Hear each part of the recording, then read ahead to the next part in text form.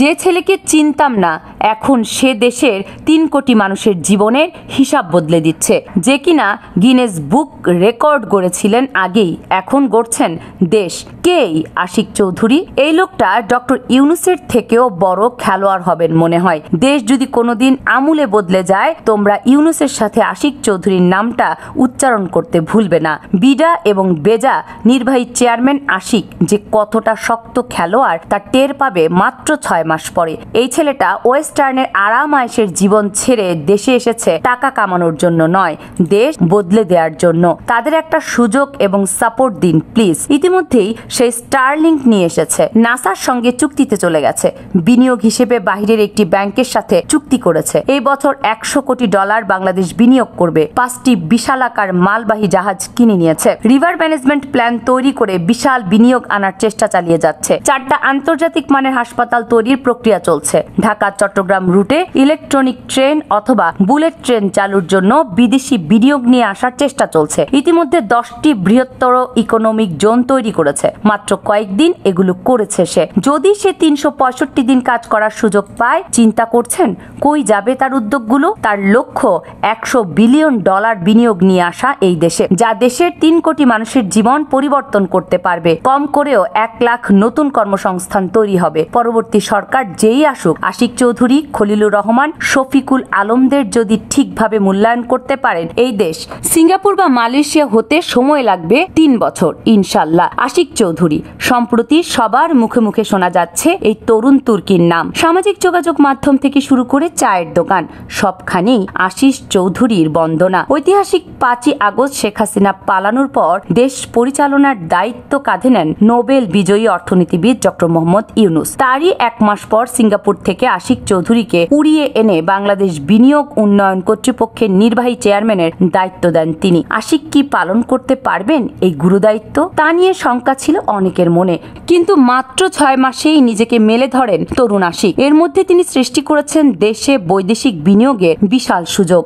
এখন সবার প্রশ্ন, কে এই আশিক চৌধুরী? তার উত্থানই বা কোথা থেকে? জানা যায় আশিক চৌধুরীর পুরো নাম চৌধুরী আশিক মাহমুদ বিন হারুন। জন্ম চাঁদপুরে হলেও বাবার পেশাগত কারণে তার শৈশব কাটে যশোরে। তিনি সিলেট ক্যাডেট কলেজ ও ঢাকা রেসিডেন্সিয়াল মডেল কলেজ থেকে উচ্চ মাধ্যমিক পেরিয়ে ভর্তি হন ঢাকা বিশ্ববিদ্যালয়ে ব্যবসা প্রশাসন ইনস্টিটিউটে। সেখান থেকে স্নাতক সম্পন্ন করে চলে যান যুক্তরাজ্যে। লন্ডনের বিজনেস স্কুল থেকে ফাইন্যান্সে সম্পন্ন করেন স্নাতকোত্তর। 2007 সালে ব্রিটিশ আমেরিকান টোবাকোতে আঞ্চলিক অফিসার হিসেবে কর্মজীবন শুরু করেন আশিক চৌধুরী। তারপর তিনি যোগ দেন স্ট্যান্ডার্ড চার্টার্ড ব্যাংকে। সেখানে সবশেষ 2011 সালে ল্যান্ডিং স্ট্র্যাটেজি এবং ফিনান্সিয়াল প্ল্যানিং বিভাগের ম্যানেজারের দায়িত্ব পালন করেন। দ্য বেঞ্চ নামে বাংলাদেশের প্রথম স্পোর্টস বার প্রতিষ্ঠার অন্যতম উদ্যোক্তা এ আশিক। 2012 সালে লন্ডন আমেরিকান এয়ারলাইন্সের ফিনান্সিয়াল ও স্ট্র্যাটেজিক অ্যানালিস্ট হিসেবে যোগ দেন।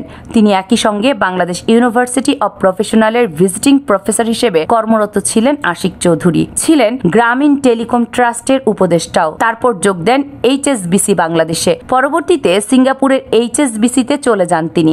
সেখান থেকে তাকে ডেকে এনে বাংলাদেশ বিনিয়োগ উন্নয়ন কর্তৃপক্ষ ও বাংলাদেশ অর্থনৈতিক অঞ্চল কর্তৃপক্ষের নির্বাহী চেয়ারম্যানের দায়িত্ব দেন ডক্টর মোহাম্মদ ইউনূস। এই বিষয়ে আশিক চৌধুরী তার ফেসবুক আইডিতে লেখেন, সেপ্টেম্বরের মাঝামাঝি এক দুপুরে প্রফেসর ইউনূস হঠাৎ ফোন করে বললেন, আশিক, দেশের মানুষের সেবা করার সুযোগ পাওয়া গেছে, আসবা নাকি? আমি নন্দিনীকে জিজ্ঞেস না করি রাজি হয়ে গেলাম। জানতাম ও কোনোদিন মানা করবে না। 49 সেকেন্ডের এক হোয়াটসঅ্যাপ কলে আমরা সিঙ্গাপুরের বিলাসী জীবন ছেড়ে ছুড়ে দেশের পথে রওনা দিলাম বিনিয়োগ উন্নয়ন কর্তৃপক্ষের দায়িত্বে। বন্ধুদের ভাষায় বাংলাদেশের চিফ মার্কেটিং অফিসার হিসেবে। আশিক চৌধুরী একজন পেশাদার স্কাই ডাইভারও। তিনি সমুদ্রপৃষ্ঠের 41,000 ফিট উপর থেকে বাংলাদেশের পতাকা নিয়ে ঝাঁপ দিয়ে বিশ্ব রেকর্ড করেছেন। এত উচ্চতা থেকে কোনো ব্যানার বা পতাকা নিয়ে ঝাঁপ দেয়া প্রথম ব্যক্তি হিসেবে গিনেস বুক অব ওয়ার্ল্ডে নাম লেখান তিনি। আশিক চৌধুরী যেভাবে দেশের পতাকাকে 41,000 ফুট উচ্চতায় নিয়ে গিয়েছিলেন,